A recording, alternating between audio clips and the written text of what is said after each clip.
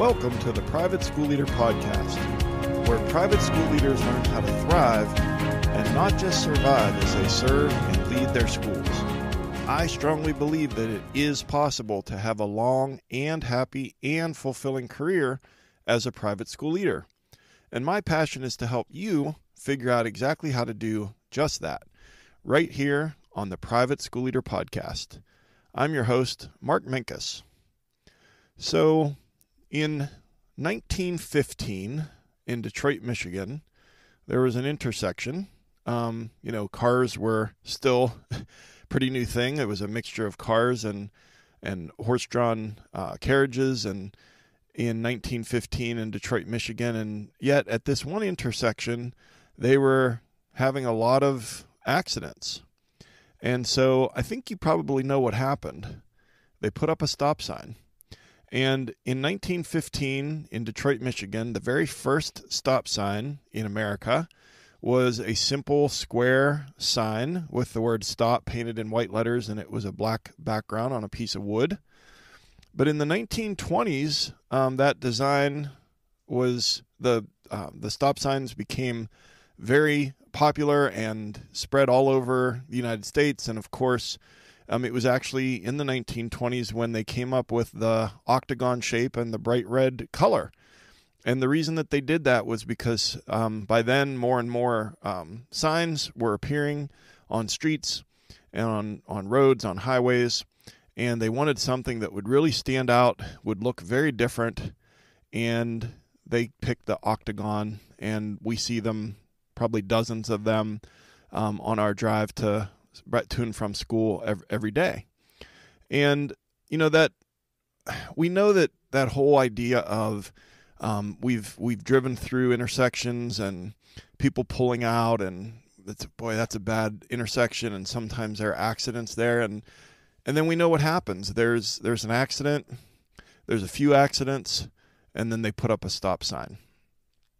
Well, we're not going to do that when it comes to our private schools and when it comes to how we deal with our teachers, because we're actually going to talk today about some things that we need to stop doing, and we're going to stop doing them before they become a problem.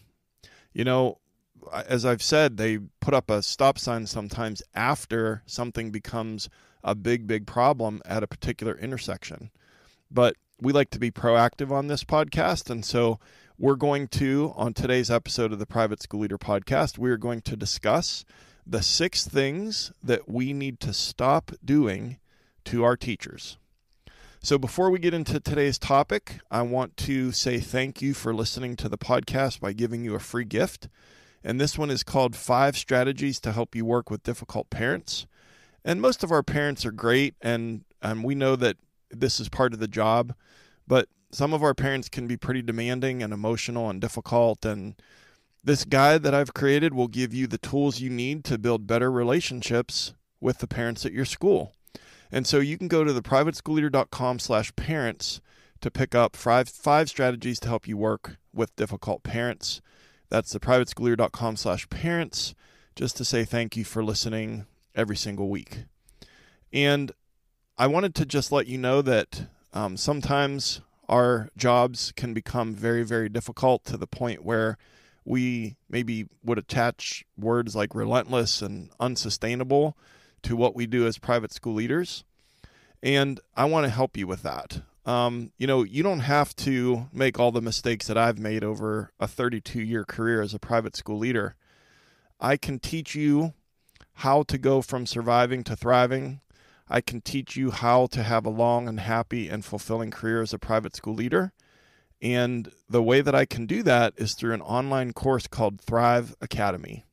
And I want to help you make that transformation from where you are to where you want to be, for you to get clear on that preferred future version of yourself at school and at home, and for you to be able to go from survival mode to being happy and fulfilled and wanting to do this for a really, really long time. So I'd love for you to just take a few minutes to check out Thrive Academy and see how this online course can help you. And you can check it out over at theprivateschoolleader.com/thrive. That's Thrive Academy over at theprivateschoolleader.com/thrive. Okay, so I said that today's episode we're going to talk about the 6 things that we need to stop doing to our teachers. So let me read them to you, and then we'll break them down one by one. So number 1, we need to stop micromanaging them. Number 2, stop taking away their teaching time. Number 3, stop emailing them at night and on weekends. Number 4, stop protecting them from honest feedback. Number 5, stop having a lack of transparency. And number 6, stop making them play Guess My Mood. So these are things that we do, and sometimes we do them without thinking. We don't even realize that we're doing them. And I want to kind of make sure that you understand that I'm not trying to come at this from a place of negativity. I'm not trying to come at this from a place of, accusing you of doing all or any of these things. But I think that sometimes we're guilty. I know I've been guilty of all 6 of these things. And we want our teachers to be the best that they can be. We want them to feel happy and fulfilled at school, but we also want them, if they're doing a really good job, we want them to stick around. And we need to really just stop and assess how we're leading them. And there are certain things that I feel like we do. Maybe we don't realize we're doing it, but we need to stop doing this to our teachers. And so let's break them down one by one. Number 1, we need to stop micromanaging them. We need to stop micromanaging our teachers. So I want to paint a picture for you. So let's say that there's a grocery store and that there is a person who, we'll call him Gary. We'll say that Gary is the produce manager. And so he's in charge of, the whole section with the fresh vegetables and the fresh fruits and, everything that comes in and making sure the displays are good. And he's the produce manager of this large grocery store. Okay. So Gary's doing a good job. He's been there for a long time. And at some point in time, there's an opening for store manager to be one of the managers of the store. And so he applies and Gary gets hired as store manager. But the problem is that Gary hasn't been taught how to lead people. And so what happens is that Gary, he's not really spending a whole lot of time back with the meat and the butcher and the seafood area. He's not spending a lot of time with the frozen food and all the freezer the cases. He's not spending a lot of time in the bakery. I think you know where this is going. Where's Gary spending a lot of his time? He's spending a lot of his time in the produce department. And see, if we don't know how to do, let me rephrase that. Let me back up. I misspoke. If we know how to do a thing, and then we get promoted to do to a role of leadership, but we've never been trained how to lead people, then what we're going to do is we're going to micromanage the people that are doing the thing that we used to do. And so now you can just picture Gary, and he's in the produce department and he's micromanaging those people as far as the way he used to do things. And this is his comfort level. And he knows that, those tomatoes would look a lot better if they were, arranged this way and, all the things that would happen in a produce department.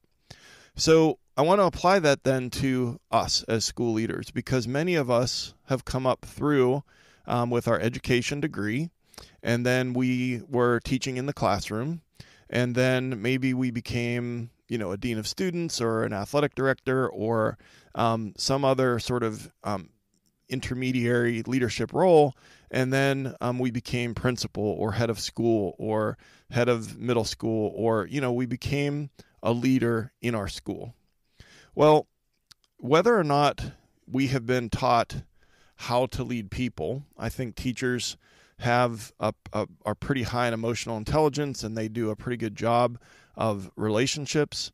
But my point is this: if we, especially when we get stressed, if we are not leaning into all of the characteristics that make a good leader, then what we're going to do is we are going to micromanage our teachers, And we're especially going to micromanage the teachers that teach in the subject area or in the grade level where we used to teach. And so I just want you to pause and think, do some self-reflection about if you, I know I'm guilty of it, if you are guilty of micromanaging. And I'll give you an example, what I was talking about with the being stressed out. And when I'm stressed out, I tend to micromanage more than if I'm not.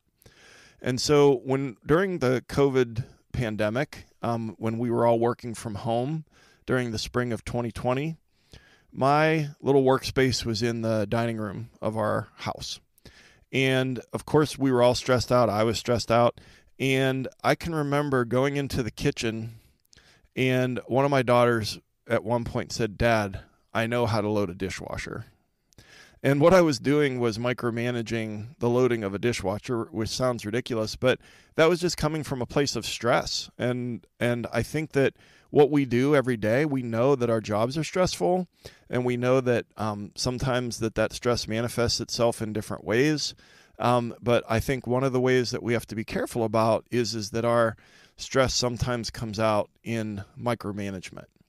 And so a couple ways to kind of overcome that with our teachers, to stop micromanaging them, is to focus on the big picture and not the small details. And you're like, well, that sounds like about the most basic advice that I've ever heard, but that's easier said than done. When it comes to their teaching, focus on the big stuff. Do they have good classroom management? Are they teaching in an engaging way? Are they making sure that the parents are staying informed? Are they interacting with kids and their colleagues respectfully? Those are the big things. But in the small detail, is the way they're delivering notes, or the way that they're teaching this certain thing, or the way that they, that they do certain things as far as the delivery of their teaching. Is that the thing that is rubbing you the wrong way because it's not how you would have done it or how you used to do it? And so one way we can stop micromanaging our teachers is to try to focus on the big picture and not the small details. And something that's really helped me is that I really try to remember this phrase, and I've told my teachers this is what they can expect from me, and that is autonomy with accountability.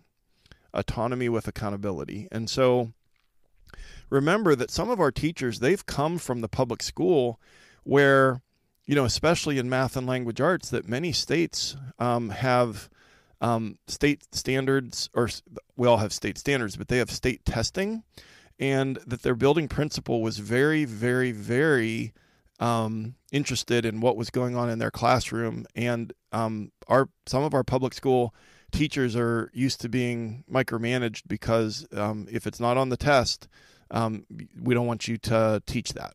I'm not saying that's everywhere, but I'm saying that happens a lot.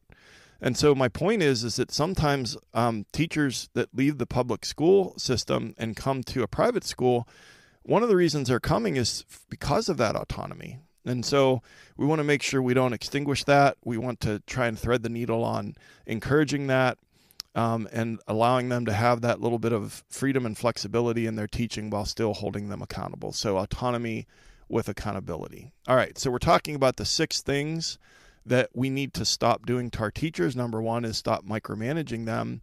And number 2 is to stop taking away their teaching time. So let's face it, our teachers want to teach. And what they teach, they put a lot of time and effort into it. They put a lot of time into their planning. And with all of the things that are going on in our school, that it seems like, sometimes the periods are shorter than we would like for them to be. And as much as they want to get to in a school year, maybe they don't have a chance to get to it, even if they're maximizing their time with their students. But we also have a lot of assemblies, and we have early dismissals for sports, and we have chapel or mass or other, religious services that happen depending on the school every day, once a week. And sometimes those run over and they cut into first period. We have fundraising for different grades or different activities like student council or sports. And then sometimes that cuts into teaching time. And then maybe there's a field trip. For example, at my school, when the sixth graders go on a field trip for a certain class, then, they're not in those other classes to be taught. And so, of course, we need field trips. Of course, assemblies, most of them are worthwhile. Of course, there are going to be early dismissals for sports because of away games and things like that. But what I'm getting at is that I think that we need to zoom out and just kind of assess how much teaching time is being taken away from our teachers and how are they feeling about it. I know how they're feeling about it. They're feeling frustrated. They're feeling like their class is not as important as blank. And so I know that we have a lot going on in our schools. I know that we have, we're trying to balance all of these competing priorities. And our kids are very, very busy in private schools, especially in middle school and high school with all their activities. But I think that as the leaders, we need to look at a couple of things when it comes to trying to stop taking away their teaching time. And the first is it equitable? So, for example, if you don't have a cascading schedule where the periods move around as far as the time of day, then that teacher who happens to teach last period, let's say algebra class, they're really taking a hit with those early dismissals for sports.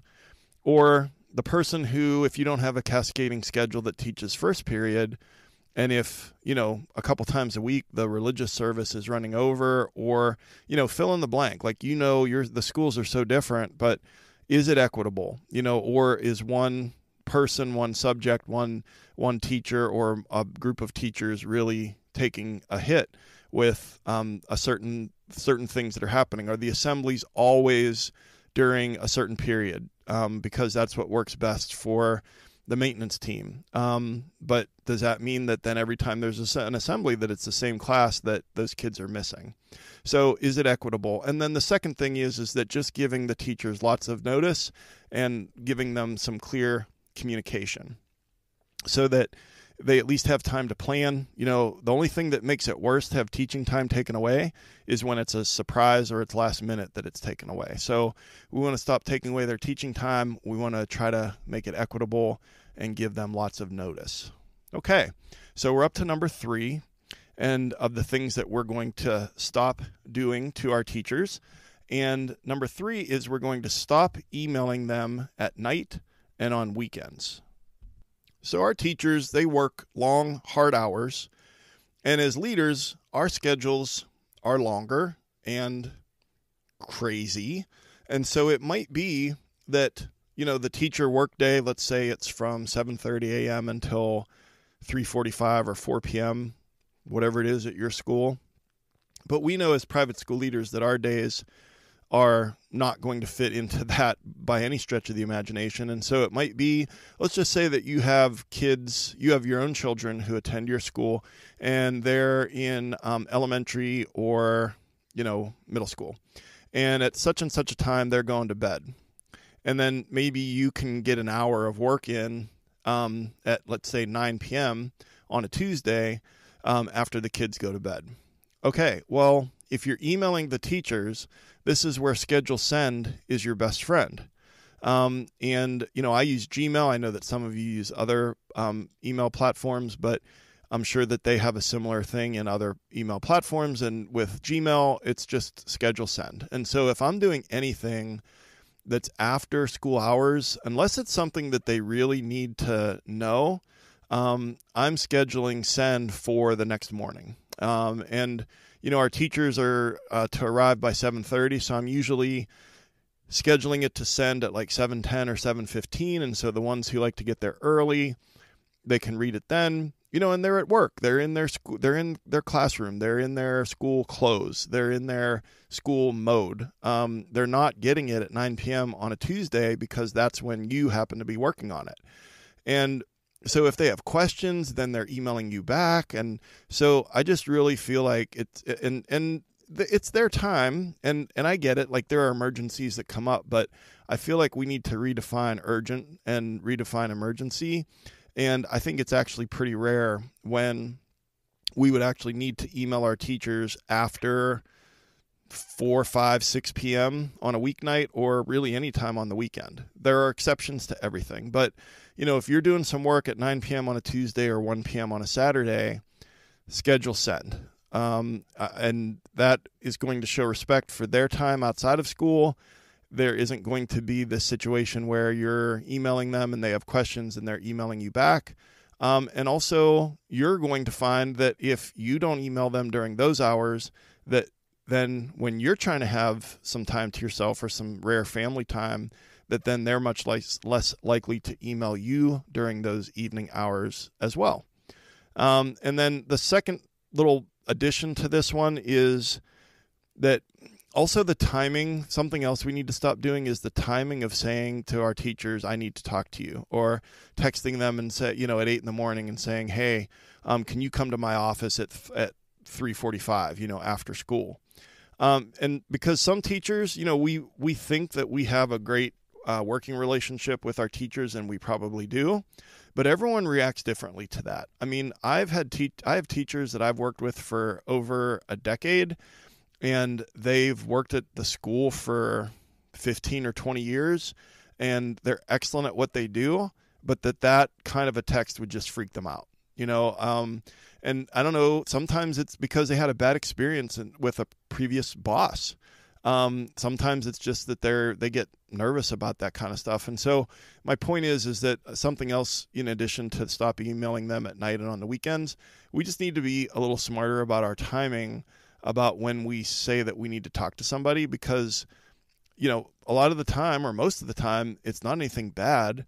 And sometimes I'll even do that with some of my teachers where I know that they tend to be more on the nervous side. I'll be like, hey, can you stop by, blah, blah, blah, nothing bad, just have a question, that kind of thing. And it takes an extra 4 seconds to do that on the text, but I think it just shows consideration, and we differentiate for our kids. We should differentiate for our teachers as well. Okay, so we're doing the 6 things that we need to stop doing to our teachers. Number 1, stop micromanaging them. Number 2, stop taking away their teaching time. Number 3, stop emailing them at night and on the weekends. And number 4, stop protecting them from honest feedback. And so in my notes for this episode, I actually put quotes around protecting them, because we're not really protecting them when we think we're protecting them from honest feedback. And so I think that some of it, I'll speak for myself, that when I'm not giving that honest feedback, when I'm not saying the last 10%, when I'm kind of sugarcoating the feedback, I'm not helping my teachers. And what I'm doing is that I'm showing a lack of courage. So we're really not protecting them. So think about it. If there's a parent that calls you and they have a complaint about a teacher, and then you only give them like 50% of the information, and you think that you're trying to protect them from that parent, the problem is that they can only work on the problems that they know about. They can only put the sense of urgency and the amount of work into it that is proportional to how big of a deal it is. And if we downplay it and treat it like it's a 2 out of 10 when really it's a 5 out of 10, they're going to give it the attention of a 2 out of 10. So I hope that makes sense.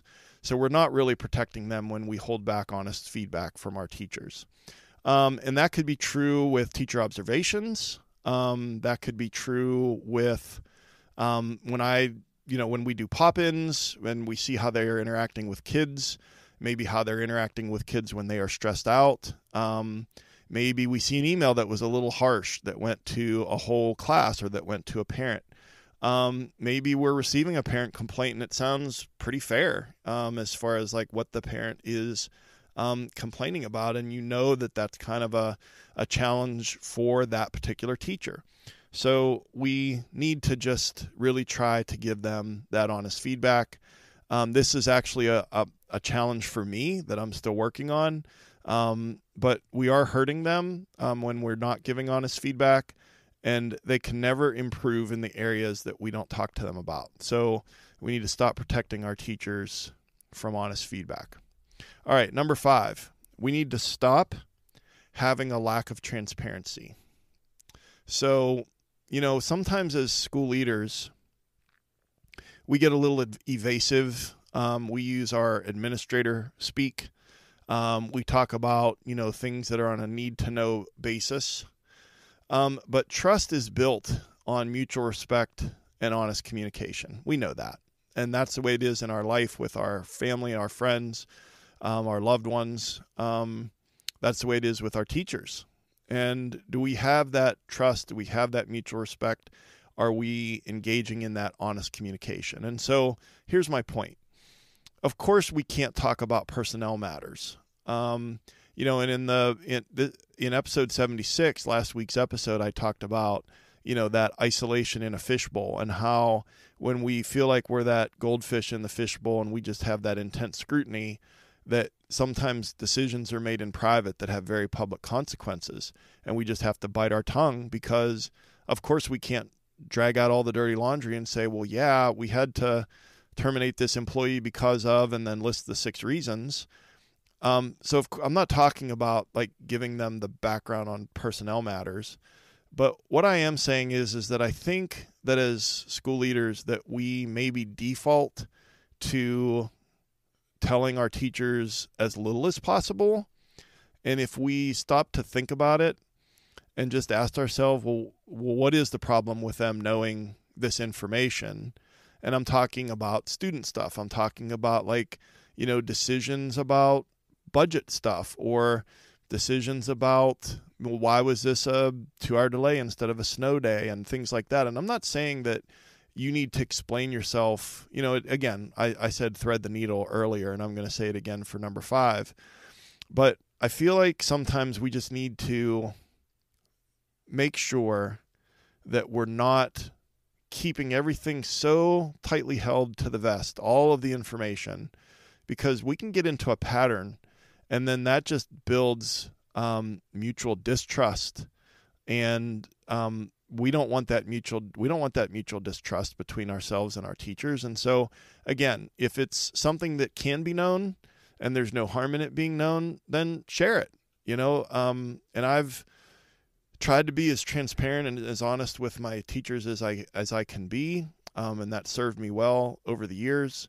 I often will tell my teachers, look, I'm going to tell you everything that I'm going to be honest with you, and I'm going to tell you the stuff that you are allowed to know, and I'll tell you, the stuff, and it might not be stuff that you want to hear, but I'm going to be honest with you.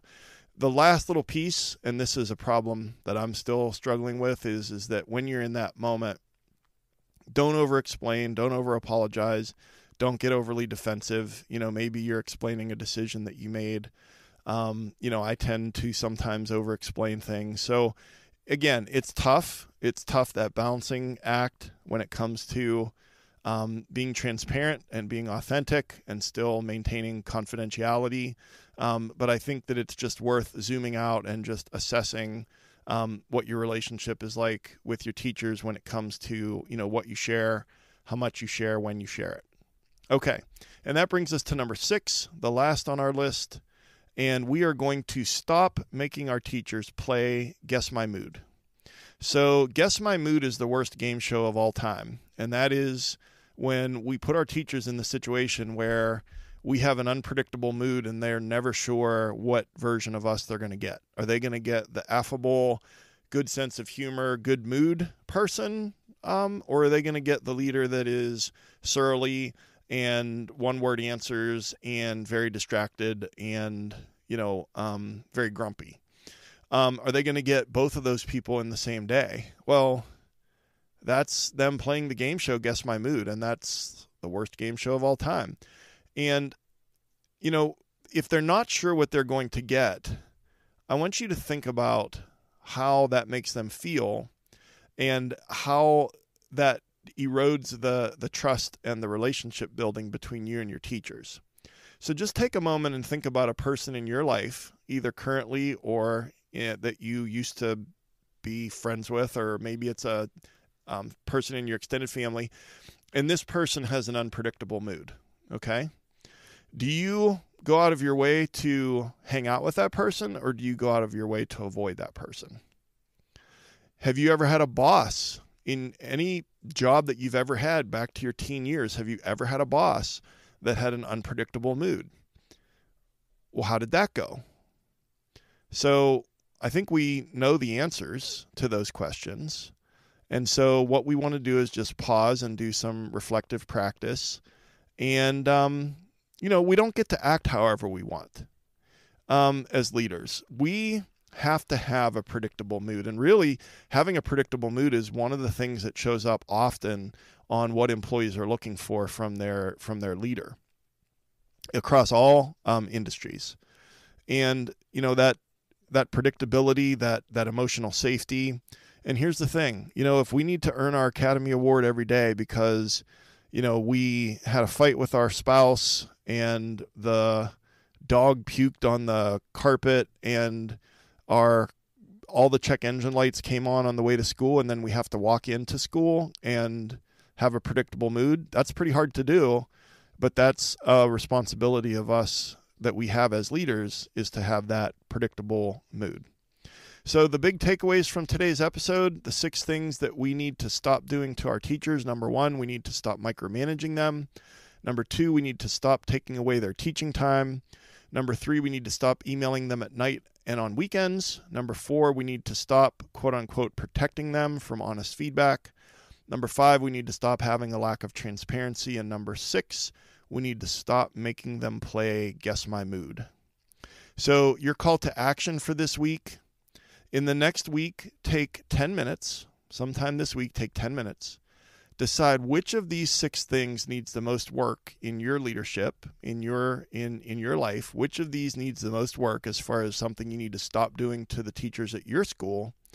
And then just try to stop doing it for the next 3 weeks and see how it goes. See if it makes a difference. So stop this week, take 10 minutes, think about which one of these 6 needs the most work, and then decide to stop doing it for the next 3 weeks and then assess. Okay, so we're going to wrap it up, and I'm going to offer you a free gift, a free resource that I've made for you. It's a 10-page PDF called The Top 6 Ways to Protect Your School from a Lawsuit.